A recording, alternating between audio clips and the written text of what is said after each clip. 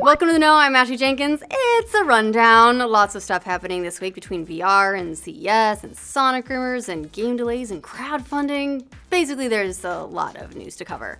Shenmue 3's crowdfunding campaign ran into some controversy this week when developer EastNet decided not to extend the same backer rewards to PayPal supporters that the original campaign's Kickstarter supporters are getting. The PayPal Slacker backer campaign was specifically set up to allow people who couldn't participate in the Kickstarter campaign to give money and support the funding of Shenmue 3.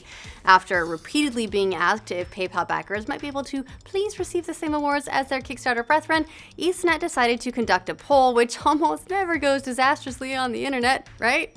Yeah. In the Kickstarter poll, in which 25% of the game's backers responded, more people said yes, they'd be fine with PayPal supporters having the rewards as well. Meanwhile, a smaller percentage said no, while the biggest percentage said they were fine with it going either way. The Twitter poll leaned more heavily towards giving the rewards to PayPal supporters, so that seems like a win for both, right? Not according to EastNet, who claims that the response in the polls is overwhelmingly exactly the opposite. As such, they won't be dishing out any rewards to PayPal backers, stating that the response was simply too strong for keeping the rewards exclusive, or, you just didn't want to pay the price of sending out all those extra rewards. That works too. It's fairly common for crowdfunding efforts to get completely sidelined by trying to fulfill backer rewards that weren't budgeted for properly, but EastNet could have easily avoided this by just saying no to the PayPal backers to begin with, rather than hiding behind a couple of shoddily executed polls. Instead, they've decided not to have any kind of incentive for continuing to back their game. Makes sense, especially considering how much they want for it. Oculus and founder Palmer Luckey have been engaging in the same amount of spin in the last 24 hours or so, following the reveal of the Oculus Rift price tag of $600 yesterday. There's been quite a bit of fallout from the pre-order price, but that hasn't stopped the rate at which everyone is early adopting the shit out of it. As of now, your pre-ordered Rift won't ship until June at the earliest due to high demand. Luckey dealt with a lot of criticism of the price in his AMA on Reddit yesterday, specifically about him touting a $350 ballpark for so long. Palmer actually apologized for misleading consumers by saying the Rift might be $350, and he now knew all along that the consumer version would probably land somewhere closer to the $600. His reasoning for misleading everyone is that the media had misinterpreted Oculus statements that it would cost $1,500 to buy Oculus and a recommended specs PC, as the Oculus is going to cost $1,500. He thought the best way to beat that claim was to push consumer expectations in the other direction. This is how business works, everyone. Like Metacritic user scores, where you give a game a 1 because you just really think the average score is too high. It's a harsh world out there. It's a good thing you never said that his $600 VR headset may as well not exist. Luckey actually gave quite a bit more information in the AMA and defended the $600 ardently and somewhat convincingly. He also talked future plans and upcoming accessories for the Rift. You can check it out if you want, or you can hold out to see if it'll be included in one of Reddit's just announced AMA books. Those books, which contain something you can read on the internet for free, cost you $35 each, so we're sort of on theme with that whole overpriced thing. And in response to all of this Oculus hype, or whatever you'd call it, Sony is talking at the PlayStation VR at CES this week as well. In an interview with BBC, Sony boss Kaz Hirai says they've got more than 100 VR games in development at the moment. This is a claim that's meant to combat Luckey's statement in his AMA that there will be over 100 games out for the Rift by the end of 2016. If Kaz really wanted to strike their weak point for massive damage, he'd go ahead and announce the PSVR's price, although knowing Kaz, he might have some kind of weird flashback to 2006 and say that it's also $600, so maybe it's for the best. Ridge Racer! But enough about VR. We've gone on and on and on and on about that the last day or two. Let's talk about the tech you're actually interested in from CES. Like the smart belt from Samsung, which lets you know if you're overeating, or the Digit Soul smart shoes that help track your activity and warm your feet. These smart shoes will set you back $450, which is way more practical than buying a pair of socks. There's also the Level, a breath tester, which tells you how much fat you're burning. So if your breath smells like pizza, I guess the answer is none. And finally, one for the ladies and some gentlemen, the Little Bird, a smart vibrator that's integrated with your favorite erotic ebooks for maximum interactivity. It's no res trans vibrator, and it's not as sexy as 50 Shades of Sarge, but we do what we can in this world, don't we? What's the safe word, Anastasia? Rumors are swirling about a possible new Sonic game this year in celebration of the franchise's 25th anniversary in 2016.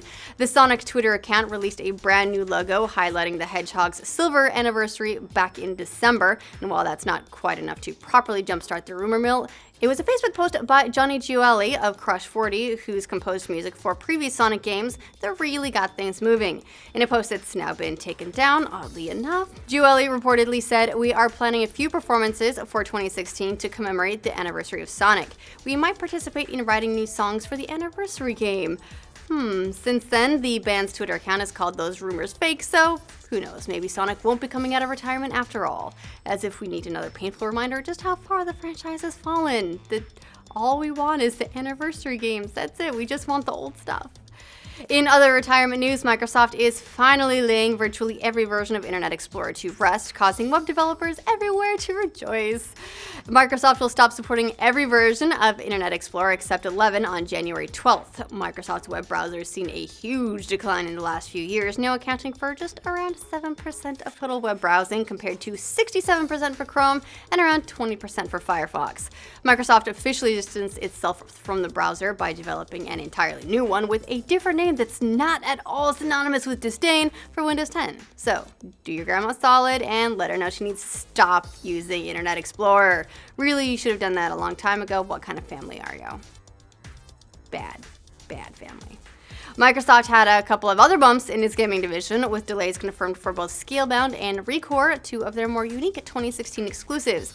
Scalebound, in which you team up alongside the world's last dragon a la Dragonheart, has been moved to 2017. Platinum Games announced the delay in a Happy New Year blog post, which is kind of not a Happy New Year post. They said the reason for the delay is so they can implement all the innovative and exciting features they have planned for the game. New price? $599 US. Probably. Meanwhile, Recore from Mega Man creator Keiji Inafune fell to the back half of 2016, so it'll at least still be coming out this year. The future lineup of games has got one more addition though. Psychonauts 2 has officially been crowdfunded by Tim Schafer and the Double Fine crew, pulling in $3.4 million so far with 5 days left to go in the campaign. The follow-up to James Woolam's most favoritist game ever won't be taking Scalebound's place since it's not expected till 2018, but hopefully it will be released all in one part. Broken Age, I'm looking at you.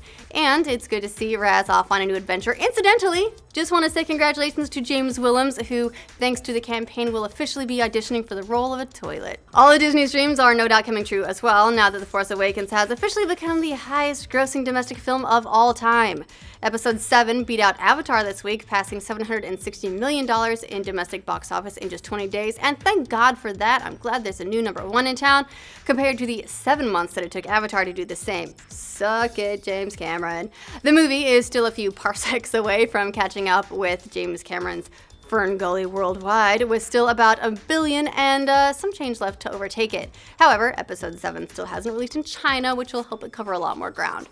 That release happens on January 9th, so coming up quick. The movie's already got tons of other records under its belt, including biggest Thursday pre-release, opening day, opening weekend, second weekend, third weekend, fastest to 100, 200, and 300 million. You get the idea. Basically, Disney is already getting a decent turn on that $4 billion purchase they made just a few years ago.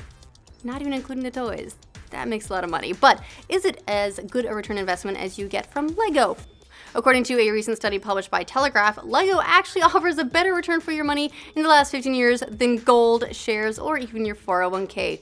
Professionals lament. Since the turn of the millennium, not the Millennium Falcon, though you can get that in Lego form too, Lego collections have consistently increased 12% in value. Last year's sets alone have already given collectors a return of 36% on sites like eBay. This beats out gold, which has received a 9.6 annual gain over the last 15 years, and stomps retirement accounts like 401ks, which gain about an average of 2.8%.